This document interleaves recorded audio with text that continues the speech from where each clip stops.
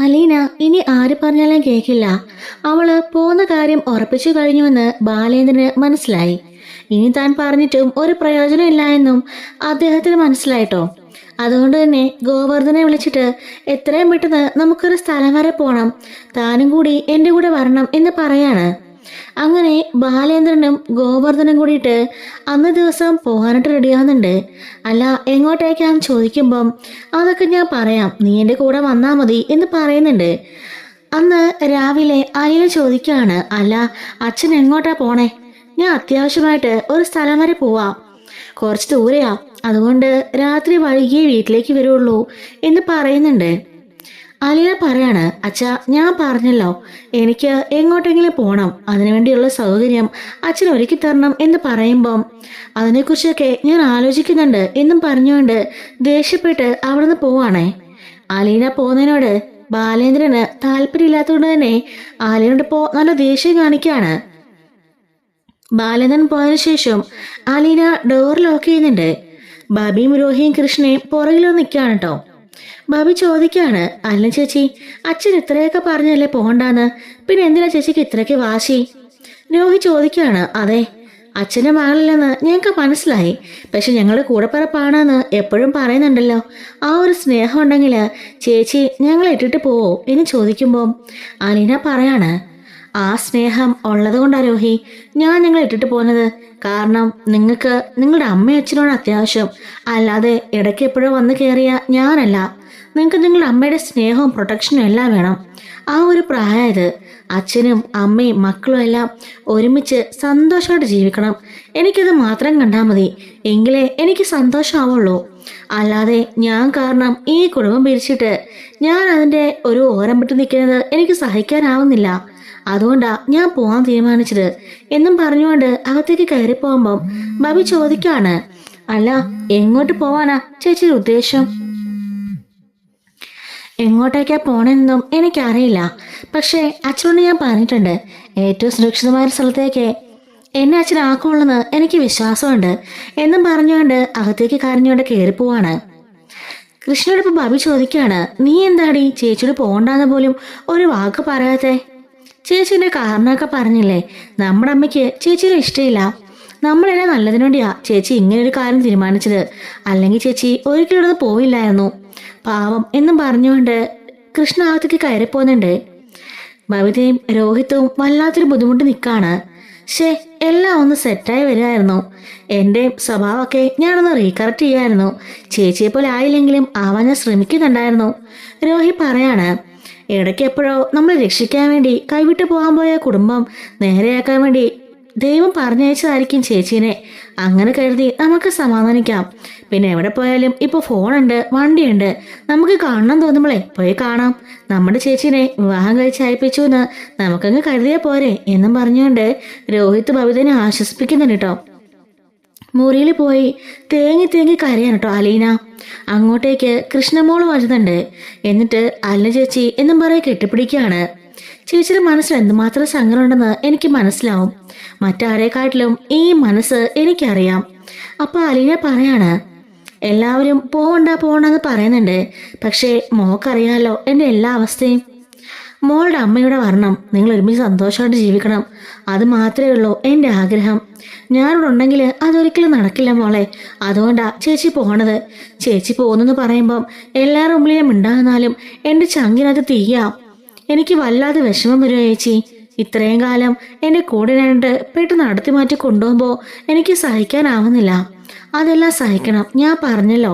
ഞാൻ താൽക്കാലികമായിട്ടുള്ള പോക്കാണെന്ന് മോള് കരുതിയാൽ മതി. എന്തെങ്കിലും സത്യങ്ങളെല്ലാം നിങ്ങളുടെ അമ്മ അറിയും. അന്ന് ഒരിക്കലും അച്ഛൻ അമ്മയെ ഡിവോഴ്സ് ചെയ്യാൻ പാടില്ല, രണ്ടുപേരും തമ്മിൽ അത് നല്ല സ്നേഹത്തിലായിരിക്കണം. അതുകൊണ്ട് തന്നെ അന്ന് ആ ഒരു സ്നേഹത്തോടെ നിൽക്കുന്ന സമയത്ത് ഞാൻ തിരികെ വരും, നമുക്ക് എല്ലാവർക്കും ഒരുമിച്ച് ജീവിക്കാം. എൻ്റെ കൂടപ്പിറപ്പുകളെ ഇത്രയും വർഷം കണ്ടിട്ട് അവരെ വിട്ട് പോകുന്നതിൽ എനിക്ക് സങ്കടമില്ലെന്നാണോ മോള് കരുതിയത്? ഞാനിങ്ങനെ ഒരു തീരുമാനമെടുത്തത് എൻ്റെ മനസ്സ് കല്ലാക്കിക്കൊണ്ടാ, അല്ലാതെ പൂർണ്ണ മനസ്സോടെ ഇഷ്ടമുണ്ടായിട്ട് നിങ്ങളെല്ലാം വിട്ട് ഞാൻ പോണതല്ല എന്നും പറഞ്ഞുകൊണ്ട് അലീനയും തേങ്ങി കരയുന്നുണ്ട്. രണ്ടുപേരും അവിടെ ഇരുന്ന് പരസ്പരം കെട്ടിപ്പിടിച്ചുകൊണ്ട് കരയാണ്. ബാലേന്ദ്രനും ഗോവർദ്ധനും കൂടിയിട്ട് അങ്ങനെ ആ സ്റ്റാൻഡിലുള്ള സ്ഥലത്തേക്ക് പോവാണ് കേട്ടോ. ശരിക്കും ബാലേന്ദ്രൻ നമ്മുടെ ഗംഗേട്ടനെ വിളിക്കുന്നുണ്ട്. എന്നിട്ട് പറയാണ്, ഇന്ന പോലെ നിങ്ങളുടെ പെങ്ങൾക്ക് വീട്ടിലേക്ക് വരാൻ സൗകര്യമില്ല, അവള് പറഞ്ഞെങ്കിൽ അലിന് അവിടെ പോണമെന്നാ പറയുന്നത്. അപ്പൊ ഗംഗേട്ടൻ പറയാണ്, കാര്യങ്ങളെല്ലാം ശിവനും രാജീവനും വിളിച്ചോട് പറഞ്ഞായിരുന്നു. അവളുടെ അഹങ്കാരത്തിന് ഞങ്ങൾ എന്ത് ചെയ്യാനാ ബാല? പിടിച്ചു പിടിയാലെ ഞങ്ങൾ അവിടെ കൊണ്ട് ഏൽപ്പിച്ചതല്ലേ. അവൾ എങ്ങനെ പെട്ടി നോക്കി വരുമെന്ന് ഞങ്ങൾ എങ്ങനെ അറിഞ്ഞു? അതുകൊണ്ട് ഞങ്ങൾ എന്ത് ചെയ്യാനാ? നിങ്ങളൊന്നും ചെയ്യണ്ട, ചെയ്യാൻ പോണത് ഞാനാ. അലീന വീട് വിട്ട് പോവാണെന്ന് പറഞ്ഞു. എന്നോട് ശിവൻ വിളിച്ചപ്പോ പറഞ്ഞിരുന്നു അവൾ എവിടെ പോവാനാ. ഞാനപ്പോ ശിവനോട് പറയായിരുന്നു നമുക്ക് അവളെ ഒരു ഹോസ്റ്റലിലേക്ക് ആക്കാന്ന്.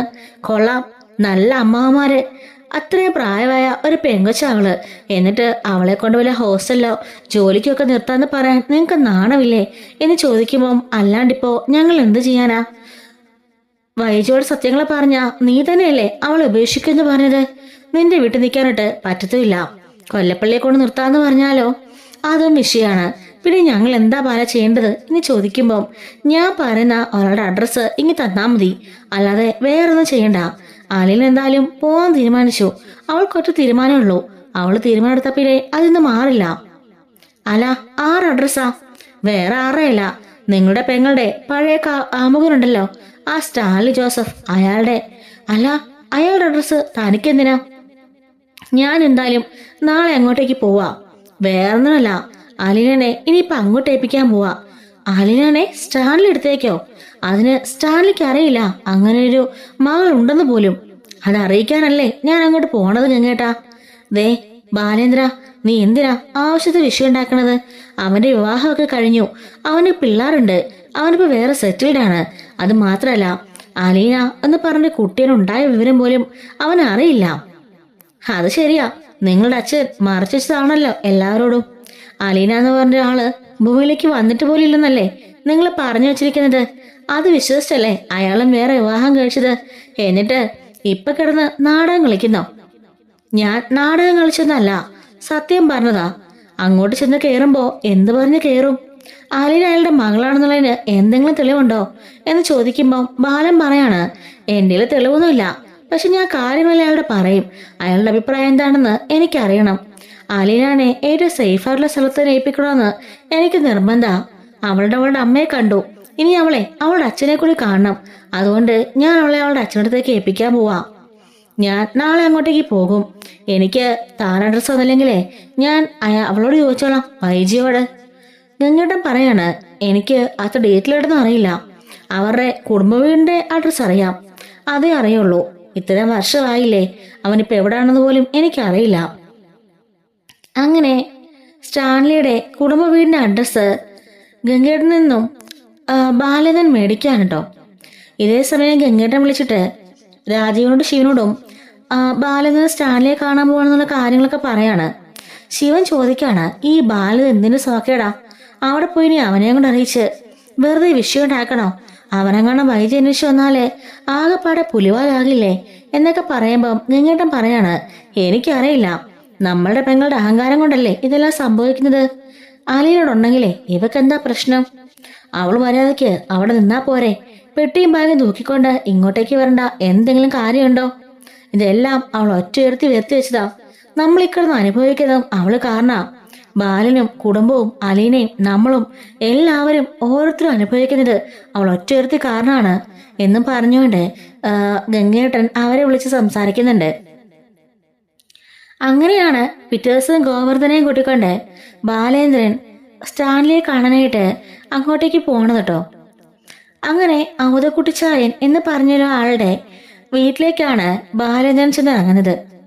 അയാളാണല്ലോ കൊമ്പം മീശയൊക്കെ ആയിട്ട് വലിയൊരു ബംഗ്ലാവിന്റെ മുമ്പില് ഒരു ചാരികസാരയില് ഇങ്ങനെ ഇരിക്കുകയായിരിക്കും. അപ്പോ നമ്മുടെ ബാലേന്ദ്രൻ അങ്ങോട്ടേക്ക് ചെല്ലുന്നുണ്ട്. വണ്ടി നിർത്തി അകത്തേക്ക് ചെന്നതിന് ശേഷം ബാലേന്ദ്രന്, എന്റെ പേര് ബാലേന്ദ്രൻ, ഞാനാണെങ്കിൽ പാലയിന്ന് വരുവാണ് എന്ന് പറയുമ്പോ ഇരിക്കിരിക്ക് എന്ന് പറയുന്നുണ്ട്. അപ്പോഴേക്കും അകത്തുനിന്ന് ഒരാൾ ഇറങ്ങി വരുന്നുണ്ട് കേട്ടോ. ഞാൻ ചായ പറയട്ടെ എന്ന് ചോദിക്കുമ്പം അയ്യോ വേണ്ട എന്ന് പറയുന്നുണ്ട് കേട്ടോ. ആരെക്കാണ് വന്നതെന്ന് ചോദിക്കുമ്പം അത് പിന്നെ സ്റ്റാൻലി ജോസഫിനെയാണ് എന്ന് പറയുമ്പം സ്റ്റാൻലിയുടെ കൂട്ടുകാരനാണോ? അതെ, 10-23 വർഷം മുമ്പുള്ള കൂട്ടാ. ഇപ്പോഴാണ് ഞാൻ അവനെ അന്വേഷിച്ചിറങ്ങിയത് എന്ന് പറയുന്നുണ്ട്. ആഹാ കൊള്ളാലോ, ദേ ഇതെന്റെ ഇളയ മോനാ, സ്റ്റാൻലിയുടെ നേരെ ഇളയത് റോബർട്ട് എന്ന് പറയുന്നുണ്ട്. ലാലിച്ചേട്ടന്റെ ഫ്രണ്ടാണോ എന്ന് ചോദിക്കുമ്പം അതേന്ന് പറയുന്നുണ്ട്. ഞാനേ അത്യാവശ്യമായിട്ട് ഒരു കല്യാണത്തിന് പോകാൻ ഇറങ്ങിയതാ, ഞാൻ വരുമ്പോൾ കാണുമോ? അയ്യോ ഇല്ല, ഞങ്ങൾ നേരത്തെ പോവും, എന്നാ ശരി എന്നും പറഞ്ഞുകൊണ്ട് റോബർട്ട് അവിടെ നിന്ന് പോണുണ്ട്. ഇതെന്റെ ഇളയവനാ, പിന്നെ ലാലിച്ചനാ മൂത്തത്. അപ്പോ ലാലിച്ചനോ എന്ന് ചോദിക്കുമ്പം അതെ, സ്റ്റാൻലിനെ ഞങ്ങളെ വീട്ടില് ലാലിച്ചനാ വിളിക്കാറ്. അല്ല ഇപ്പൊ ലാലിച്ചൻ എവിടെയാ എന്ന് ചോദിക്കുമ്പം അവനിപ്പോ അവിടെ ഒരു എസ്റ്റേറ്റില് അവിടെ ഒരു ഹൗസും ഉണ്ട്, എസ്റ്റേറ്റ് ഹൗസിലാണ് താമസിക്കുന്നതും എന്ന് പറയുന്നുണ്ട്. അല്ല ലാലിച്ചൻ വിവാഹമൊക്കെ കഴിഞ്ഞ് സന്തോഷമായിട്ട് ജീവിക്കായിരിക്കും അല്ലേ? അതിനിപ്പോ എന്താ കുഴപ്പം? അവന് 3 കുട്ടികളുണ്ട്, ഭാര്യയും കുട്ടികളും ഒക്കെ ആയിട്ട് സന്തോഷമായിട്ട് ജീവിക്കാം. പിന്നെ ആളിച്ചിരി ആൽക്കഹോളിക്കാം, പട്ടാളത്തിലായിരുന്നല്ലോ, അതിന്റെ ഒരു സൈഡ് എഫക്റ്റാ. അതുകൊണ്ട് എപ്പോഴും വെള്ളവടിയാ. ഒറ്റയ്ക്കിപ്പോ ഒരു ഹൗസിലാണ് ജീവിക്കുന്നത്, ഒരു എസ്റ്റേറ്റ് ഹൗസിലാണ് അവിടെ ഉള്ളത്. ഇടയ്ക്കിടയ്ക്ക് വീട്ടിലേക്കൊക്കെ പോകും. അങ്ങനെയൊക്കെയാ അവന്റെ ജീവിതം. അല്ല പണ്ടേ ഞങ്ങൾ രണ്ടുപേരും ഒരുമിച്ചായിരുന്നു ആഗ്രയില്. ആഹാ, ആഗ്രയില് താനും പട്ടാളക്കാരനായിരുന്നോ? അയ്യോ ഞാൻ പട്ടാളക്കാരനല്ല, ഞാനവിടെ വേറൊരു ജോലിക്കായിട്ട് ചെന്നതാ. അങ്ങനെയാ സ്റ്റാൻലിയുമായിട്ട് പരിചയപ്പെട്ടതൊക്കെ. അന്ന് സ്റ്റാൻലിയും വൈജയന്തി എന്ന് പറഞ്ഞ ഒരു പെൺകുട്ടിയുമായിട്ട് ഇഷ്ടത്തിലായിരുന്നല്ലോ. അങ്ങനെ വൈജയന്തി ഗർഭിണിയായൊക്കെ ചെയ്തില്ലായിരുന്നോ? രണ്ടുപേരും വിവാഹം കഴിക്കാൻ പോവാന്നൊക്കെ പറഞ്ഞു. പക്ഷെ ആ സമയത്ത് എനിക്ക് അവിടുന്ന് ട്രാൻസ്ഫറായി ഞാൻ പാലിലേക്ക് മടങ്ങി. പിന്നെ ഇവരെ കുറിച്ച് ഒരറിവും ഇല്ല.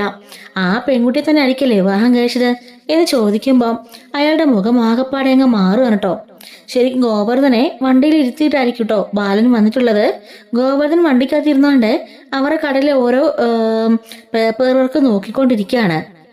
അങ്ങനെ ബാലേന്ദ്രൻ ചോദിക്കുമ്പോ അവതക്കുട്ടിച്ചായന്റെ മുഖമൊക്കെ ആകെപ്പാടെ മാറുന്നുണ്ട്. അങ്ങേര് ദേഷ്യപ്പെട്ട് ബാലന്റെ മുഖത്തേക്ക് നോക്കാണ്. അല്ല അതൊന്നും അല്ല അവൻ കിട്ടിയത്.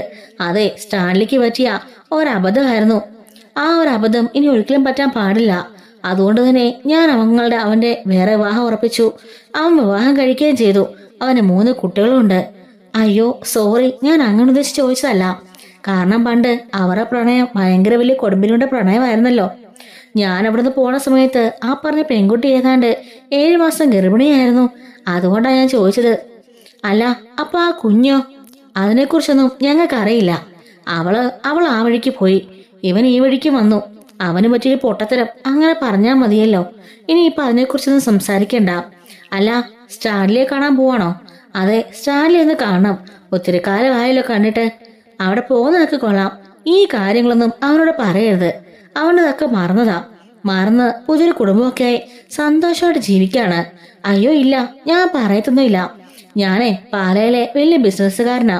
എനിക്കവിടെ ജ്വല്ലറി ഷോപ്പും അതുപോലെ തുണിക്കടകളും ഹാർഡ്വെയർ ഷോപ്പും ഒക്കെ ഉണ്ട്. ഞാൻ കുറച്ചാളും ഗൾഫിലൊക്കെ ആയിരുന്നു. ആ സമയത്താ ഇവനോടുള്ള കോണ്ടാക്ട് ഒക്കെ മിസ്സായത്. അതുകൊണ്ടാ ഒന്നും അറിയാൻ സാധിക്കാഞ്ഞേ. ഇപ്പൊ ഞാൻ നാട്ടില് ഒരു അത്യാവശ്യ കേസുണ്ടെന്നപ്പോ സ്റ്റാൻലിയെ കുറിച്ച് അറിയാൻ സാധിച്ചു. അങ്ങനെ ചുമ്മാ പഴയ ആൾക്കാരെയൊക്കെ ഒന്ന് കണ്ടേക്കാന്ന് വെച്ചത്. അങ്ങനെ ഇറങ്ങിയതാ എന്ന് പറയുന്നുണ്ട്. ഇവിടുത്തെ അഡ്രസ് ആരാ തന്നത്? അത് പിന്നെ സ്റ്റാൻലിയുടെ കൂടെ അന്ന് ജോലി ചെയ്ത ഒരാളെ എന്റെ ഫ്രണ്ട് ലിസ്റ്റില് ഇപ്പോഴും ഉണ്ട്. അയാളോട് ചോദിച്ചു മേടിച്ചതാ. ആ എന്തായാലും ചായ കുടിച്ചിട്ട് പോയാൽ മതി. അയ്യോ അത് വേണ്ട, ഇത്രയും താമസിച്ചില്ലേ, ഞങ്ങൾ പോണം. പാലയിലേക്ക് ഇനി ഒരുപാട് പോകാനുള്ളതല്ലേ. അതിനു മുമ്പ് സ്റ്റാൻലി ഒന്ന് പോയി കാണണം. അതിനുശേഷം അവന്റെ കൂടെ 10 മിനിറ്റിലും വർത്താനം പറയണ്ടേ.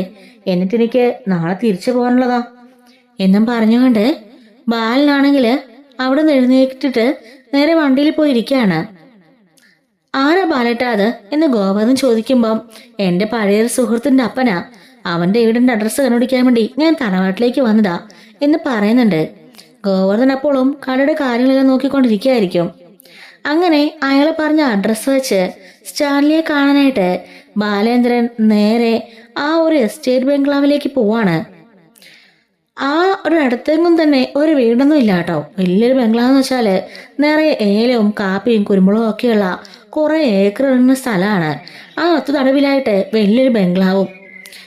ബാലേന്ദ്രൻ പോയി ഡോറ് തുറന്ന് ഇറങ്ങുമ്പോൾ തന്നെ കാണുന്നത് നിറയെ പട്ടികളായിരിക്കും കേട്ടോ. ബാലൻ ഒരു നിമിഷത്തെ പേടിച്ച് നിൽക്കുന്നുണ്ട്.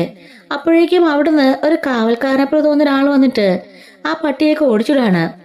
ആരെ കാണുന്ന സാറെന്ന് ചോദിക്കുമ്പം സ്റ്റാൻലി ജോസഫ് എന്ന് പറയുമ്പം ആ സാറകത്തുണ്ട് എന്ന് പറയാണ്. അങ്ങനെ ബാലൻ അകത്തേക്ക് കയറി ചെല്ലുന്നു കേട്ടോ. ഇപ്പോഴും ഗോവർദ്ധൻ വണ്ടിക്കകത്ത് തന്നെ ഇരിക്കുകയാണേ. അങ്ങനെ ബാലേന്ദ്രൻ അകത്തേക്ക് കയറി ചെന്നതിന് ശേഷം അവിടെ കയറി ചെല്ലുമ്പോൾ തന്നെ ബാലനെ കാഴ്ച കൊണ്ട് ഞെട്ടിപ്പോവാണ്. ആ റൂം നിറച്ചും പട്ടികളാട്ടോ.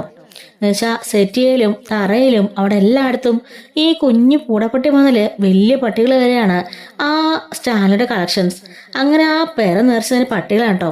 ഇതൊക്കെ കണ്ടിട്ട് ബാലന് എന്തൊരു അസ്വസ്ഥത തോന്നുകയാണ്. ആ വരണം വന്ന് ഇരിക്കുമെന്നും പറഞ്ഞുകൊണ്ട് ആ സ്റ്റാൻലി ആണെങ്കിൽ അദ്ദേഹത്തെ വിളിച്ചിരുത്തുന്നുണ്ട്. ബാലേന്ദ്രൻ സ്റ്റാൻലിയുടെ മുമ്പിലുള്ള സോഫയിൽ ഇരിക്കുകയാണ്. സ്റ്റാൻലി വന്ന് ഇരുന്നപ്പോൾ തന്നെ അയാളുടെ മടിയിലേക്ക് 2-3 പട്ടികൾ ഓടിക്കയറി വന്ന് കിടക്കുന്നുണ്ട്. മുമ്പിലും മേശയിലാണെങ്കിലോ മദ്യക്കുപ്പികളും ഗ്ലാസുകളും നേരത്തെ വെച്ചിരിക്കാറുണ്ടോ. അതുപോലെ തന്നെ ഷോക്കേസുകളിലാണെങ്കിലും വിവിധതരം മദ്യങ്ങളുടെ കളക്ഷനാണ് അയാൾക്കുള്ളത്. നിറയെ ആ വീട് നിറയെ ബോട്ടിലുകളും പട്ടികളും മാത്രമായിട്ട് ഉണ്ടായിരുന്നത്. ഇത് കണ്ടിട്ട് ആകെപ്പാടെ ബാലേന്ദ്രന് എന്തോ ഒരു ബുദ്ധിമുട്ട് പോലെ ഫീൽ ചെയ്യാണ്. ഈ സമയം ജോലിക്കാരനോട് പോയി ഡ്രിങ്ക്സ് എടുത്തോണ്ട് വാ എന്ന് പറയുന്നുണ്ട്. അങ്ങനെ 2 ഗ്ലാസും ഡ്രിങ്ക്സും ഒക്കെ എടുത്തോണ്ട് വരുമ്പം ബാലൻ പറയാണ്, എനിക്ക് വേണ്ട, ഞാൻ അങ്ങനെ പകൽ സമയങ്ങളൊന്നും മദ്യപിക്കാറില്ല. അത് മാത്രമല്ല ഇപ്പൊ ഹാർട്ടിന് ചെറിയ പ്രശ്നമുണ്ട്, അതുകൊണ്ട് തന്നെ ഞാൻ ഇപ്പൊ അങ്ങനെ മദ്യപിക്കാറുമില്ല എന്ന് പറയുമ്പോ എന്നാൽ ഞാൻ ഒരെണ്ണം ഒഴിക്കട്ടെ. അയ്യോ സ്റ്റാൻലി, 1 മിനിറ്റ്, എനിക്ക് കുറച്ച് കാര്യങ്ങൾ ഡീറ്റെയിലായിട്ട് സംസാരിക്കാനുണ്ട്. അതിന് സ്റ്റാൻലി ബോധത്തോടെ ഇരിക്കണം. അയ്യോ ഇത് ചെന്നാലേ ഞാൻ ബോധത്തോടെ ഇരിക്കുകയുള്ളൂ, ഇതില്ലാതെ എനിക്കിപ്പോ ഒരു നിമിഷം പോലും ഇരിക്കാനാവില്ല എന്ന് സ്റ്റാൻലി പറയുന്നുണ്ട്. അല്ല, എനിക്ക് എൻ്റെ അറിവില് ഒരു കുട്ടിയുണ്ട്, അലീന. ആ കുട്ടിക്കും ഇതുവരെ പട്ടീനെ ഭയങ്കര ഇഷ്ടമാണ്. ഏത് പട്ടികളാണെങ്കിലും അവളെ കണ്ട അപ്പൊ തന്നെ അവൾ അരികിലേക്ക് വരും. ഭയങ്കര ഇഷ്ടാ ആ കുട്ടിക്ക്. അല്ല, അങ്ങനെ ആ കുട്ടികളോട് പട്ടികളുടെ കളക്ഷനൊക്കെ ഉണ്ടോ? അതൊന്നും ഇല്ല. അവളുടെ അമ്മയ്ക്ക് ആ പട്ടീനെ ഇഷ്ടമില്ല, അതുകൊണ്ട് തന്നെ വളർത്താൻ സമ്മതിക്കത്തുമില്ല. അയ്യോ കഷ്ടം, ആ കുട്ടിയെ ഒരു ദിവസം ഇങ്ങോട്ട് കൊണ്ടുപോവാ, അവൾക്കിതൊക്കെ കാണുമ്പോഴേ വലിയ സന്തോഷമായിരിക്കും. ഒരു ദിവസം ഞാൻ കൊണ്ടുവരുന്നുണ്ട്. ശരി, ഇനി പറ, താങ്കൾ ആരാ? എന്തിനാ വന്നത്? ഇവിടം വരെ എന്നെ അന്വേഷിച്ച് വരണമെങ്കിൽ എന്തെങ്കിലും ഒരു കാരണം കാണുമല്ലോ എന്ന് സ്റ്റാൻലി പറയുമ്പം ബാലൻ പറയാണ്, ഞാൻ അതിലേക്ക് കടന്നു വരുന്നത് അതെങ്ങനെ തുടങ്ങണമെന്നറിയാതെ ഞാൻ സ്റ്റാർട്ടിംഗ് ടബിളായിട്ട് നിന്നാണ് എന്ന് പറയുമ്പം അതൊന്നും സാരയില്ല, താൻ പറഞ്ഞോ. സ്റ്റാൻലി ചോദിക്കുകയാണ്, എൻ്റെ ഈ അഡ്രസ്സ് എവിടുന്നാ കിട്ടിയത്? അത് പിന്നെ ഞാൻ താങ്കളുടെ അച്ഛനരികിലേക്ക് പോയിരുന്നു, അവിടുന്നാണ് ഈ അഡ്രസ്സ് കിട്ടിയത് എന്ന് പറയുമ്പോൾ അച്ഛൻ്റെ അരികിലേക്കോ? അല്ല, എൻ്റെ തറവാടിൻ്റെ അഡ്രസ്സ് എങ്ങനെ കിട്ടി? അത് പിന്നെ പണ്ട് ആഗ്രയിൽ വെച്ച് നിങ്ങളുടെ കൂടെ ജോലി ചെയ്തിരുന്ന ഒരു ഗംഗാധരമേനനെ അറിയില്ലേ എന്ന് ചോദിക്കുമ്പം ഗംഗാധരൻ അറിയാം, അയാള് തന്നതാ എന്ന് പറയുന്നുണ്ട്. കൊള്ളാലോ, ഒരുപാട് വർഷങ്ങളായി അവരെയൊക്കെ കണ്ടിട്ട്. അല്ല, ഇപ്പൊ അന്വേഷണമുള്ള കാരണം പ്രത്യേകിച്ച് എന്തെങ്കിലും ഉണ്ടോ എന്ന് ചോദിക്കുമ്പം ഉണ്ട് എന്ന് ബാലൻ പറയുന്നുണ്ട്. 23 വർഷങ്ങൾക്ക് മുമ്പുള്ള ഒരു കഥ, അത് പറയാനാണ് ഞാൻ വന്നത്. 23 വർഷങ്ങൾക്ക് മുമ്പുള്ള കഥ പറയാനോ? എന്ത് കഥ? അല്ല, അന്ന് നിങ്ങള് ആഗ്രയിലെ എൻവയോൺമെന്റിൽ ജോലി ചെയ്തോണ്ടിരിക്കുകയായിരുന്നല്ലോ. ആ സമയത്ത് നിങ്ങൾ വൈജയന്തി എന്ന് പറഞ്ഞ പെൺകുട്ടിയുമായിട്ട് സ്നേഹത്തിലായിരുന്നില്ലേ? അതിനുശേഷം ആ പെൺകുട്ടി ഗർഭിണിയാവുകയും നിങ്ങൾ അവിടുന്ന് കടന്നു കളയുകയും ചെയ്തില്ലേ എന്ന് പറയുമ്പോഴേക്കും സ്റ്റാൻലിക്ക് നല്ല ദേഷ്യം വരുന്നുണ്ട്. ആ ഗ്ലാസ് മുറുക്കെ ഡെസ്കിൽ വെക്കാണ്. നിങ്ങൾ അറിഞ്ഞ കുറച്ച് കാര്യങ്ങളൊക്കെ ശരിയാണ്. ആ വൈജയന്തിയുമായിട്ട് ഞാന് പ്രണയത്തിലായിരുന്നു, അടുപ്പത്തിലായിരുന്നു, ശരിയാ. അതിനുശേഷം ആ പെൺകുട്ടി ഗർഭിണിയാണെന്നുള്ളത് ശരിയാ, പക്ഷെ ഞാൻ കടന്നു കളഞ്ഞെന്ന് പറയരുത്, അത് ശരിയല്ല എന്ന് പറയുമ്പം ആ പെൺകുട്ടി ഗർഭിണിയായി. അതിനുശേഷം അവളെ വീട്ടിലേക്ക് കൊണ്ടുവന്ന് അവൾ പ്രസവിച്ചു, ആ കുഞ്ഞ് മരിച്ചു. ഇതൊക്കെയല്ലേ നിങ്ങൾ അറിഞ്ഞ കഥ എന്ന് ചോദിക്കുമ്പം ബാലനോട് സ്റ്റാൻലി ചോദിക്കാണ്, നിങ്ങൾ എന്തൊക്കെയാ വാലും തലയിലെന്ന് പറഞ്ഞുകൊണ്ടിരിക്കുന്നേ? നിങ്ങൾക്ക് എന്താ വേണ്ടത്? നിങ്ങൾ ആരാ എന്നൊക്കെ ചോദിക്കാണ്. കൊല്ലപ്പള്ളിയിലെ ഗംഗാധര മേനോനെയും അതുപോലെ ശിവനെയും അതുപോലെ രാജീവിനെയൊക്കെ നിങ്ങൾക്ക് അറിയാലോ. അവർ അച്ഛനും നിങ്ങൾക്ക് അറിയാലോ. അവർ ഒറ്റ പെങ്ങളായ വൈജേന്ദ്രൻ നിങ്ങൾക്ക് അറിയാലോ എന്ന് ചോദിക്കുമ്പം സ്റ്റാൻലി പറയാണ്, ഇതെല്ലാം എനിക്കറിയാം. അതെല്ലാം ഈ പറഞ്ഞിട്ട് താങ്കൾ എന്തിനാ ഈ കഴിഞ്ഞ പോയ കാര്യങ്ങളെ കുറിച്ചൊക്കെ ചോദിക്കുന്നത്? അത് പിന്നെ അതും ഞാനുമായിട്ട് ബന്ധമുണ്ട്. ആഹാ, ബന്ധമുണ്ടോ? നിങ്ങളപ്പോ കൊല്ലപ്പള്ളിയിലെ ആളുകളുമായിട്ട് അടുത്തറിയാവുന്നവരാണോ എന്ന് ചോദിക്കുമ്പം അതൊക്കെ ഞാൻ വഴിയെ പറഞ്ഞുതരാം. അതിനു മുമ്പ് നിങ്ങളറിയാത്ത കുറെ കാര്യങ്ങളുണ്ട്, നിങ്ങളോട് അത് പറയണം എന്ന് പറയുമ്പോൾ എന്ത് കാര്യങ്ങളാ എന്ന് ചോദിക്കാണ്. ഞാൻ പറഞ്ഞല്ലോ, വൈജയന്തിന്റെ കാര്യം തന്നെ. നിങ്ങൾ എന്തിനാ വീണ്ടും ആ കാര്യം തന്നെ പറഞ്ഞത്? അതൊക്കെ ക്ലോസ് ആയ ചാപ്റ്ററാ. ഞാനിപ്പോൾ അതിനെക്കുറിച്ചൊന്നും ആലോചിക്കാറില്ല. എൻ്റെ വിവാഹം കഴിഞ്ഞു, എനിക്ക് 3 മക്കളുണ്ട്. ഏതോ ഒരു വിഡി അവളെ വിവാഹം കഴിച്ച് ജീവിക്കുന്നുണ്ട്. അത് കേട്ടപ്പോൾ ബാലേന്ദ്രന് അടികൊണ്ടോലായിപ്പോയിട്ടോ. ഒന്നും മിണ്ടാതെ ബാലൻ പറയാണ്, അതെ, നിങ്ങൾ അറിയാത്ത കുറേ കഥകളുണ്ട്, അതുകൂടി പറയണമെന്ന് കരുതിയിട്ടാ ഞാൻ വന്നത്. സ്റ്റാൻലിക്ക് അത് കേൾക്കാൻ മനസ്സുണ്ടാവോ? പിന്നല്ലാതെ, താൻ ഇത്രയും ദൂരം എന്നെ കാണാണ്ട് വന്നതല്ലേ, അപ്പൊ എന്തെങ്കിലും ഒരു കാര്യം കാണുമെന്ന് എനിക്കറിയാം. താൻ പറഞ്ഞോ, അതൊക്കെ കേൾക്കാൻ ഞാനിവിടെ റെഡിയാ. എനിക്കിടെ പ്രത്യേകിച്ച് വേറെ പണിയൊന്നുമില്ല എന്നും പറഞ്ഞയാൾ ചിരിക്കുന്നുണ്ട്. ബാലിന് നല്ല ദേഷ്യം വരുന്നുണ്ടെങ്കിലും, സ്റ്റാൻലിയുടെ ഈ ഒരു ബിഹേവിയറിൽ നല്ല ദേഷ്യം വരുന്നുണ്ടെങ്കിലും ഒന്നും മിണ്ടാതെ ആ കാമാടിന് സംസാരിക്കുകയാണ്. അന്ന് വൈജയന്തിയുമായിട്ട് നിങ്ങൾ സ്നേഹത്തിലായിരുന്നല്ലോ. അതിനുശേഷം ആ പെൺകുട്ടി 8 മാസം ഗർഭിണിയായിരുന്നപ്പോൾ നിങ്ങൾ അവിടുന്ന് പോയി. ശേഷം ഗംഗേട്ടനും രാജീവേട്ടനും ശിവേട്ടനും കൂടി കൂടിയിട്ട് അവളുടെ അച്ഛനും കൂടെ കൂടിയിട്ട് അവളെ നാട്ടിലേക്ക് കൊണ്ടുവന്നു. നാട്ടുകാരും വീട്ടുകാരും അറിയാതെ അവളുടെ പ്രസവം കൊട്ടാരക്കരയിലുള്ള ഒരു ഹോസ്പിറ്റലിൽ കൊണ്ട് നടത്തി. അങ്ങനെ ആ കുഞ്ഞ് ജനിച്ചു. ആ കുഞ്ഞ് മരിച്ചു പോയെന്നാ അവളുടെ അച്ഛനും ബാക്കി എല്ലാവരും നിങ്ങളോട് പറഞ്ഞത്. അത് കേട്ട് സ്റ്റാൻലി ഞെട്ടാണ്. മരിച്ചു പോയെന്ന് പറഞ്ഞെന്നോ? അപ്പോ ആ കുഞ്ഞ്? ഇല്ല, ആ കുഞ്ഞ് മരിച്ചു പോയിട്ടില്ല. ആ കുഞ്ഞിന് അപ്പോൾ തന്നെ നിങ്ങളുടെ അച്ഛൻ അവധക്കുട്ടിച്ചായനും അതുപോലെ വൈജേന്ദ്രൻ അച്ഛനും കൂടെ കൂടിയിട്ട് ഒരു ആശ്രമത്തിന് ഏൽപ്പിക്കുകയായിരുന്നു, ഒരു അനാഥാലയത്തിലേക്ക് എന്ന് പറയുമ്പം സ്റ്റാൻലി ഗ്ലാസും വെച്ച് ഞെട്ടി എഴുന്നേറ്റ് നിൽക്കാണ്. നിങ്ങൾ എന്തൊക്കെയായി പറയുന്നേ? ഞാനോടൊന്ന് അന്വേഷിച്ചപ്പോൾ ആ കുട്ടി മരിച്ചു പോയെന്നാണല്ലോ എല്ലാവരും പറഞ്ഞത്. ബാലൻ പറയാണ്, ഇല്ല, നിങ്ങൾ കേട്ടതെല്ലാം ശരിയല്ല. നിങ്ങളുടെ അച്ഛൻ്റെ തലയിലും വൈജേന്ദ്രൻ അച്ഛൻ്റെ തലയിലും ഒക്കെ ജാതി മതമൊക്കെ ഓടി നടക്കുകയായിരുന്നല്ലോ.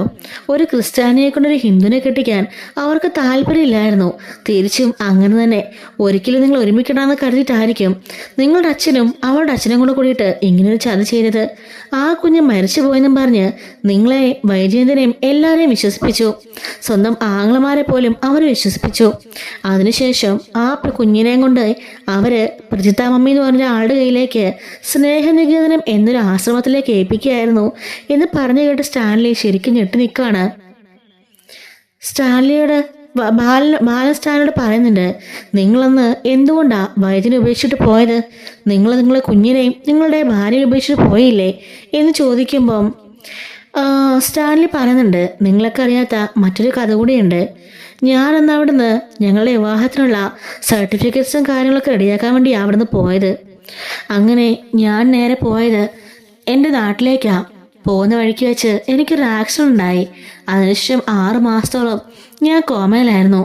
ശേഷമാണ് ഞാൻ ഉണർന്നത്. ആ സമയത്ത് അനിയനെ വിട്ട് ഞാൻ കുറെ അന്വേഷിപ്പിച്ചിരുന്നു. എന്നാൽ അന്നറിയാൻ സാധിച്ചത് വൈജയന്തി പ്രസവിച്ച കുഞ്ഞ് മരിച്ചുപോയി, അവളാണെങ്കിലോ വേറെ വിവാഹം കഴിച്ചു എന്നൊക്കെ അറിയാൻ പറ്റിയത്. അതോടുകൂടി ഞാൻ തകർന്നു പോയി. വീണ്ടും 6 മാസം വീൽ ചെയറിലും വാക്കറിലും ഒക്കെ നടക്കുകയായിരുന്നു. ഫിസിയോതെറാപ്പിയും കാര്യങ്ങളൊക്കെ ചെയ്ത് ഞാനൊന്ന് റെഡിയാകാനായിട്ട് ഏകദേശം 1.5 വർഷത്തോളം എടുത്തു. ആ സമയത്ത് ഞാൻ അറിഞ്ഞത് വൈജയന്തി വേറെ കുഞ്ഞിനെ പ്രസവിച്ചു എന്നാ. അതോടുകൂടി ഞാൻ തകർന്നു പോയി. അവിടുന്ന് കരകയറി വരാൻ ഞാൻ ഒരുപാട് പാടുപെട്ടു. അതിനുശേഷമാണ് ഞാൻ വേറെ വിവാഹം കഴിക്കാൻ തീരുമാനിച്ചതും വേറെ വിവാഹം കഴിച്ചതും ജീവിതത്തിലേക്ക് തിരികെ വന്നതും എന്നൊക്കെ സ്റ്റാൻലി പറയുന്നുണ്ട്. അപ്പോൾ ബാലൻ ചോദിക്കുകയാണ്, അപ്പൊ ശരിക്കും നിങ്ങളവളെ ഉപേക്ഷിച്ചു പോയതല്ലേ? അല്ലെന്ന് ഞാൻ പറഞ്ഞപ്പോൾ തനിക്ക് മനസ്സിലായില്ലേ? ഞാനവളെ ഉപേക്ഷിച്ചു പോയതല്ല. ഞങ്ങളുടെ വിവാഹം നടത്തുള്ള ആവശ്യം വേണ്ടി പോയതാ. പക്ഷെ ഞാൻ കോമയിലായിരുന്നു. ആരോടും ഒന്നും പറയാൻ പറ്റാതെ, എൻ്റെ ഭാര്യയും കുഞ്ഞും എവിടെയാണെന്ന് പോലും അറിയാതെ ഞാൻ ആ ഒരു ഉറക്കത്തിൽ തന്നെ ആയിരുന്നു 6 മാസത്തോളം എന്ന് പറയാണ്. ബാലൻ പറയാണ്, ഈ ഒരു സമയം കൊണ്ട് നിങ്ങളുടെ വൈജയന്തിയോട് അവർ പറഞ്ഞെന്താണെന്നറിയാമോ? നിങ്ങൾ അവളെ ഉപേക്ഷിച്ച് കടന്നു കളഞ്ഞു, വേറെ ക്രിസ്ത്യാനി പെണ്ണെ വിവാഹം കഴിച്ചു, സന്തോഷത്തോടെ ജീവിക്കുകയാണെന്നാ വൈജയന്തിന് പറഞ്ഞത്. അതും കേട്ട് വിശ്വസിച്ചാണ് ആ പെണ്ണ് വേറെ വിവാഹത്തിന് തയ്യാറായത് എന്ന് പറയുന്നുണ്ട്. ഇടയ്ക്കെന്ന് ചതിച്ചത് നിങ്ങളുടെ അച്ഛനും അവളുടെ അച്ഛനുമാണ് എന്ന് പറയാൻ കേട്ടോ. അത് കേട്ട് സ്റ്റാൻലിക്ക് വല്ലാത്ത സങ്കടമാകുന്നുണ്ട്. അല്ല, താൻ പറഞ്ഞില്ലേ എൻ്റെ മകള് ഏതൊരു അനാഥാശ്രമത്തിലുണ്ടെന്ന്. അവളിപ്പോ എവിടെയാ? അവളെ കാണാൻ പറ്റുമോ എന്ന് ചോദിക്കുമ്പം ബാലൻ പറയുന്നുണ്ട്, അവളെ കാണാം, തീർച്ചയായിട്ടും കാണാൻ പറ്റും. മുമ്പേ ഒരു കുട്ടിയുടെ കാര്യം പറഞ്ഞില്ലേ, അലീന, ആ കുട്ടി തന്നെയാ നിങ്ങളുടെ മകള് എന്ന് പറയുന്നുണ്ട്. അപ്പോ അയാൾക്ക് വല്ലാത്തൊരു വിഷമമൊക്കെ തോന്നുന്നുണ്ട് കേട്ടോ. ഇതേ സമയത്ത് അയാൾ ചോദിക്കുകയാണ്, അല്ലിപ്പോ ബൈജിക്ക് അവളുടെ മകളെ അറിയില്ലല്ലോ, മരിച്ചുപോയെന്നല്ലേ അവളോടും പറഞ്ഞിരിക്കുന്നേ. അപ്പോ അവളുടെ കാര്യമൊക്കെ എങ്ങനാ? അവളെ ഒരു പാലാക്കാരൻ, ഒരു ബിസിനസ്സുകാരൻ വിവാഹം കഴിച്ചു. ഇപ്പൊ 3 കുട്ടികളും ഉണ്ട്. അയാളെ കഴിഞ്ഞിടയ്ക്കാ സത്യങ്ങളെല്ലാം അറിഞ്ഞത്. അത് വേറെ ആരുമില്ല, ഈ പറഞ്ഞ ഞാൻ തന്നെയാ. നിങ്ങൾ മുമ്പേ പറഞ്ഞല്ലോ ഒരു മണ്ടൻ വിവാഹം കഴിച്ചെന്ന്. ആ മണ്ടൻ ഞാനാ എന്ന് പറയുന്നുണ്ട്. അത് കേട്ടപ്പോ സ്റ്റാൻലി പറയാണ്, ഞാൻ അങ്ങനെയൊന്നും വിചാരിച്ചല്ല പറഞ്ഞത്. വൈജയന്തിയുടെ ഈ ഒരു അവസ്ഥ ഞങ്ങൾ ഇടയ്ക്കൊന്നും ചതിക്കുകയില്ലായിരുന്നു എല്ലാവരുടെ. ഞങ്ങൾ ഒരിക്കലും ഒന്നും അറിഞ്ഞില്ല, അതുകൊണ്ടല്ലേ ഇങ്ങനെയൊക്കെ സംഭവിച്ചത്.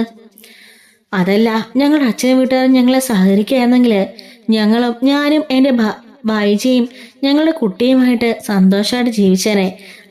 ഇതൊക്കെ പറഞ്ഞിട്ട് കാര്യമില്ല, അതെല്ലാം കഴിഞ്ഞു പോയതല്ലേ. അവൾക്കും ഫാമിലിയായി. നിങ്ങൾ അവളുടെ ഭർത്താവാണ്, നിങ്ങൾക്ക് 3 കുട്ടികളുണ്ട്. എനിക്ക് വേറെ ഭാര്യയുണ്ട്, 3 കുട്ടികളുണ്ട്. അതുകൊണ്ട് അതെല്ലാം കഴിഞ്ഞു പോയി. ഇനിയിപ്പോൾ അതിനെക്കുറിച്ചൊന്നും പറഞ്ഞിട്ട് ഒരു കാര്യമില്ല എന്ന് പറയുമ്പോൾ ബാലൻ പറയാണ്, നിങ്ങൾക്കത് എങ്ങനെ ഇത്ര നിസ്സാരവൽക്കരിക്കാൻ കഴിയുന്നേ? എനിക്കതിന് സാധിക്കില്ല. കാരണം പിഴച്ചു പോയത് എൻ്റെ ഭാര്യയല്ലേ എന്ന് പറയുമ്പോൾ അങ്ങനൊന്നും പറയാതെടോ ബാലോ. കാരണം ചെറുപ്പകാലത്ത് സംഭവിച്ചു പോയ ഒരബദ്ധം, ഞങ്ങളുടെ കുടുംബക്കാരെല്ലാം കൂടി ഞങ്ങളോട് ചെയ്തൊരു ചതി. അതുകൊണ്ടല്ലേ അങ്ങനെയൊക്കെ സംഭവിച്ചത്. ഞാൻ ജീവനോടുണ്ടെന്നും എനിക്ക് അവളെ ഇഷ്ടമാണെന്ന് അറിഞ്ഞെന്നെങ്കിലേ അവൾ വിവാഹത്തിന് ഇല്ലായിരുന്നല്ലോ. ആങ്ങളമാരുടെയും അച്ഛൻ്റെ ഒക്കെ നിർബന്ധത്തിന് വഴങ്ങിയല്ലേ അവളങ്ങനെ ചെയ്തത്. അതുകൊണ്ട് നീ എന്തിനാ അവളെ കുറ്റം പറഞ്ഞേ എന്ന് ചോദിക്കാണ്. ആർക്കും എന്റെ മാനസികാവസ്ഥ പറഞ്ഞാൽ മനസ്സിലാവില്ല. പിന്നെ അലില ഇപ്പൊ എന്റെ വീട്ടിലുണ്ട്, അവളെ ഇങ്ങോട്ടേക്ക് ആക്കാന്നാ ഞാൻ കരുതുന്നത്. അപ്പോ സ്റ്റാൻലി ചോദിക്കാണ്, ഇങ്ങോട്ടോ? അവളെ പഠിപ്പിക്കണമെങ്കിൽ ഞാൻ കാശ് തരാം. അവളെ ഏതെങ്കിലും ഹോസ്റ്റലൊക്കെ നേടി പഠിപ്പിക്കാൻ നോക്ക്. കാശിന് വേണ്ടി നിങ്ങളുടെ മുമ്പിലേക്ക് ഞാൻ വന്നല്ല, എനിക്ക് അതിന്റെ ആവശ്യമില്ല. കാരണം കോടിക്കണക്കിന് സ്വത്തുക്കള് എന്റെ പേരിലുണ്ട്. അതല്ലെങ്കിൽ കൊടുക്കാൻ എനിക്കൊരു മടിയില്ല. അവളെ സേഫ് ആക്കാനും എനിക്കറിയാം. പക്ഷേ അവളുടെ അച്ഛൻ ജീവനോടുള്ളപ്പോ അതിന്റെ ആവശ്യമില്ലല്ലോ. അതുകൊണ്ട് ഞാൻ കൊണ്ടുവന്നതാ. അവൾക്ക് കാശിന്റെയും പണത്തിനൊന്നും ഒരാവശ്യമില്ല. നിങ്ങളെപ്പോൾ അച്ഛന്റെ സ്നേഹമാണ് അവൾക്ക് ആവശ്യം. അത് കൊടുക്കാൻ നിങ്ങൾക്ക് പറ്റുന്നുണ്ടെങ്കിൽ ഞാൻ അവളെ എവിടെയൊക്കെ ഏൽപ്പിക്കാം എന്ന് പറയുമ്പോ സ്റ്റാൻലി പറയാണ്, ഞാൻ അതിനെക്കുറിച്ചൊക്കെ വിശദമായിട്ടൊന്ന് പറയാം. ബാലൻ പറയാണ്, മതി, അത് മതി. എന്തായാലും അവൾക്ക് ഇങ്ങനെ ഒരു അച്ഛനുള്ള കാര്യം അവളോടൊന്ന് അറിയട്ടെ. അത് മാത്രല്ല, നിങ്ങളും അറിയണം, 23 വർഷങ്ങൾക്ക് ശേഷം നിങ്ങളുടെ മകൾ ജീവനുണ്ടെന്നുള്ള കാര്യം. അത് നിങ്ങൾ പറയണം. അതെനിക്ക് നിർബന്ധമായിരുന്നു. അതുകൊണ്ടാ ഞാൻ ഇങ്ങോട്ടേക്ക് വന്നത് എന്നും പറഞ്ഞുകൊണ്ട് ബാലൻ അവിടെ നിന്ന് പോകാനിറങ്ങാണ്. പ്രത്യേകിച്ച് സ്റ്റാൻലിയുടെ സ്വഭാവത്തിലോ പെരുമാറ്റത്തിലൊന്നും യാതൊരു മാറ്റവും ഇല്ല. കാരണം അയാൾ അതിനെല്ലാം ഓവർകം ചെയ്യാൻ പഠിച്ചിരുന്നു കേട്ടോ. തന്റെ കാമുകി തന്നെ ചതിക്കുകയായിരുന്നു മനസ്സിലാക്കി, തന്റെ കുഞ്ഞ് മരിച്ചെന്ന് മനസ്സിലാക്കിക്കൊണ്ട് പുതിയൊരു ജീവിതത്തിലേക്ക് കടന്നാണ് സ്റ്റാൻലി. കുറെ കാലം ഒരേ ബെഡിൽ തന്നെ കോമാ സ്റ്റേജിൽ കിടക്കുകയും വീണ്ടും കുറെ മാസങ്ങളോളം ആ ബെഡിൽ തന്നെ ചിലവഴിക്കുകയും ചെയ്തുകൊണ്ട് തന്നെ മാനസികമായി അയാൾ എല്ലാത്തോണ്ടും പ്രിപ്പയർ ചെയ്ത് കഴിഞ്ഞിരുന്നു. ആ ഒരു മാനസികാവസ്ഥയിലായതുകൊണ്ട് തന്നെ അയാൾ അധികം ഒന്നും പറയാനും നിൽക്കുന്നില്ല കേട്ടോ. അങ്ങനെ ബാലൻ അവിടെ നിന്ന് പടിയിറങ്ങി പോവാണ്. ശേഷം സ്റ്റാൻലി അപ്പോൾ തന്നെ ജോലിക്കാരനെ വിളിച്ചുകൊണ്ട് സ്വന്തം അപ്പനായ ഔദക്കുട്ടിയെ കാണാണ്ട് ചെല്ലുന്നുണ്ട്. ചീറിപ്പാഞ്ഞത് സ്റ്റാൻലിയുടെ വണ്ടി കണ്ടപ്പോൾ തന്നെ ഔദക്കുട്ടിക്ക് എന്തൊക്കെയോ ഒരു സംശയം തോന്നിട്ടോ. വണ്ടിയിൽ നിന്നും ഡോർ തുറന്ന് സ്റ്റാൻലി അങ്ങോട്ടേക്ക് ഇറങ്ങി വരുന്നുണ്ട്. നേരെ പോണത് അപ്പന്റെ അടുത്തേക്കാ. എന്നിട്ട് ചോദിക്കാണ്, 23 വർഷങ്ങൾക്ക് മുമ്പ് അച്ഛൻ എന്നോട് എന്നാ പറഞ്ഞത്? വൈജ എന്നെ ചതിച്ചു, അവള് വേറെ പയ്യനെ വിവാഹം കഴിച്ചു, അവളുടെ കുഞ്ഞ് മരിച്ചുപോയി എന്നല്ലേന്ന് ചോദിക്കാണ്. ആ ബാലേന്ദ്രൻ എന്നെ കാണാൻ വന്നിരുന്നല്ലേ? വന്നിരുന്നു, എന്നെ കാണാൻ വന്നിരുന്നു. എനിക്കറിയേണ്ട കാര്യം ഇത് തന്നെയാ. പറച്ച, എന്റെ കുഞ്ഞ് മരിച്ചു പോയിരുന്നോ, അതോ ആ കുഞ്ഞ് ജീവനുണ്ടോ എന്ന് ചോദിക്കുമ്പം ഔദക്കുട്ടി തലയും കൊണ്ട് ചിരിക്കാണ്. അപ്പോ അയാള് പറഞ്ഞില്ല സത്യമല്ലേ? ആ കുഞ്ഞ് മരിച്ചു പോയില്ല അല്ലേ? നിങ്ങളെല്ലാം കൂടി എന്നെ വായിച്ച് ചതിക്കുകയെന്നല്ലേ എന്ന് ചോദിക്കാണ്. എടാ, ഞാൻ പിന്നെ എന്ത് ചെയ്യണമായിരുന്നു? നമ്മളെ ഒന്നാന്തരം കുടുംബക്കാരാ, നസ്രാണികള്. അങ്ങനെയുള്ളപ്പോ കണ്ട ഹിന്ദുക്കളൊക്കെ വിളിച്ച് വീട്ടിൽ കയറാൻ പറ്റുമോ? അത് നടക്കുന്ന കാര്യമില്ല. അച്ഛനത് പറയാൻ നാണമില്ലേ?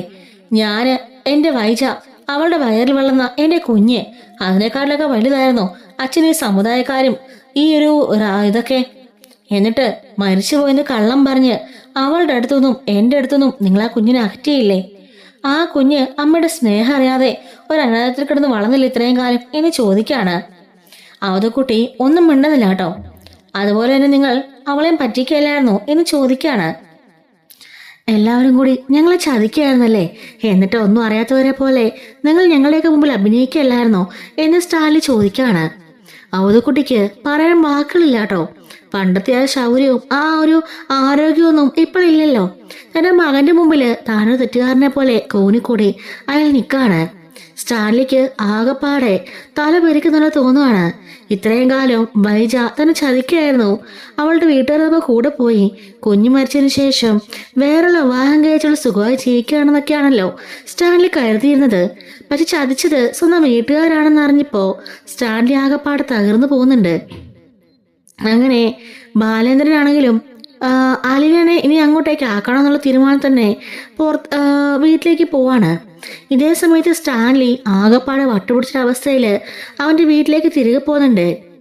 പണ്ടത്തെ കാര്യങ്ങളെല്ലാം ഓർക്കാണ്. വൈജ ഗർഭിണിയായിരുന്നപ്പോൾ സ്റ്റാൻലി വാളിൽ തലവെച്ച് കിടക്കായിരുന്നു. ആ സമയത്ത് ആ വയറുള്ള അനക്കങ്ങളെല്ലാം ശ്രദ്ധിച്ചു കിടക്കായിരുന്നു. വൈജയപ്പോ അണങ്ങുന്നത് സ്റ്റാൻലി വിളിച്ച് കാണിക്കുകയും സ്റ്റാൻലി ചെവി കൊണ്ട് അതിങ്ങനെ അടുത്തറിയുകയൊക്കെ ചെയ്യുന്നതും പണ്ട് സന്തോഷമായിട്ട് സ്റ്റാൻലി വെച്ചിരുന്ന കാര്യങ്ങളെല്ലാം ഓർത്തു നോക്കുകയാണ് കേട്ടോ. രണ്ടുപേരും ആ കുഞ്ഞിനെ വരാനായിട്ട് ഒരുപാട് കാത്തിരിക്കുകയായിരുന്നു. ഒരു പെൺകുട്ടിയാണെന്ന് അന്നേ സ്റ്റാൻലി പറയായിരുന്നു കേട്ടോ. അന്ന് അവസാനമായി വൈജയെ കണ്ടുപോകുമ്പോൾ വൈജയ്ക്ക് 7 മാസം ഗർഭിണിയായിരുന്നു. പോവാൻ നേരം എത്രയും പെട്ടെന്ന് ഇങ്ങോട്ടേക്ക് തിരികെ വരണം, ഞാൻ കാത്തിരിക്കുമെന്ന് വൈജ പറയുന്നുണ്ടായിരുന്നു. സ്റ്റാൻലി അവിടുന്ന് പോയ വഴിക്കാണ് അവൻ ആക്സിഡന്റ് ഉണ്ടാവുന്നതും കോമാ സ്റ്റേജിലാവുന്നതും. അതെല്ലാം ഒരു നിമിഷം പെട്ടെന്ന് അവന്റെ മനസ്സിലേക്ക് മിന്നിമായി പോവാണ്. ശേഷം കണ്ണു തുറക്കുമ്പോൾ അറിയുന്നത് വൈജ വേറെ വിവാഹം കഴിച്ചു, സ്വന്തം കുട്ടി മരിച്ചുപോയി എന്നൊക്കെയാണ്. വൈജ ഇത്ര പെട്ടെന്ന് മാറിപ്പോയതോർത്ത് സ്റ്റാൻലി ഒരുപാട് സങ്കടപ്പെടുന്നുണ്ട്. തന്റെ കുടുംബക്കാരെല്ലാം ചതിച്ചു ചേർത്ത് സ്റ്റാൻലി തലയ്ക്ക് വട്ടുപിടിക്കുന്നതിൽ തോന്നുകയാണ്. അയാൾ അവിടുന്ന് മദ്യം വീണ്ടും വീണ്ടും എടുത്ത് കുടിക്കുന്നുണ്ട്. മനസ്സമാധാനമില്ലാതെ അങ്ങോട്ടും ഇങ്ങോട്ടും നടക്കാൻ കേട്ടോ. തന്റെ മകളെക്കുറിച്ച് അയാൾ പറഞ്ഞല്ലോ. അപ്പം മുതൽക്ക് സ്റ്റാലിന്റെ മനസ്സിൽ തന്റെ മകൾ എങ്ങനെയായിരിക്കും, അവളെ ഒന്ന് കാണണം എന്നതിന്റെ മനസ്സിൽ വല്ലാത്തൊരാഗ്രഹം തോന്നിക്കുകയാണ്. എങ്ങനെയെങ്കിലും അലിനെ കാണാൻ വേണ്ടി അയാൾ തീരുമാനിക്കുന്നുണ്ട്. പോകുന്നതിന് മുമ്പ് ബാലേന്ദ്രൻ തന്റെ അഡ്രസ്സ് കൊടുത്തിട്ടുണ്ടോ പോണത്. അതുകൊണ്ട് ആ അഡ്രസ്സ് എടുത്ത് അയാൾ നോക്കാണ്. തന്റെ മകള് താൻ ഇതുവരെ കാണാതെ പോയാ, താൻ മരിച്ചു എന്ന് കരുതിയ തന്റെ സ്വന്തം മകളെ കാണാനായി അങ്ങനെ സ്റ്റാൻലി ഇറങ്ങിത്തിരിക്കാണ് കേട്ടോ. ഇതിന്റെ 2ാം ഭാഗം, അതായത് നെക്സ്റ്റ് സ്റ്റോറി അടുത്തൊരു വീഡിയോയിൽ അപ്ലോഡ് ചെയ്യാട്ടോ. മിസ്സാതിരിക്കാൻ ചാനൽ മറക്കാതെ സബ്സ്ക്രൈബ് ചെയ്ത് സപ്പോർട്ട് ചെയ്യണേ. Thanks for watching.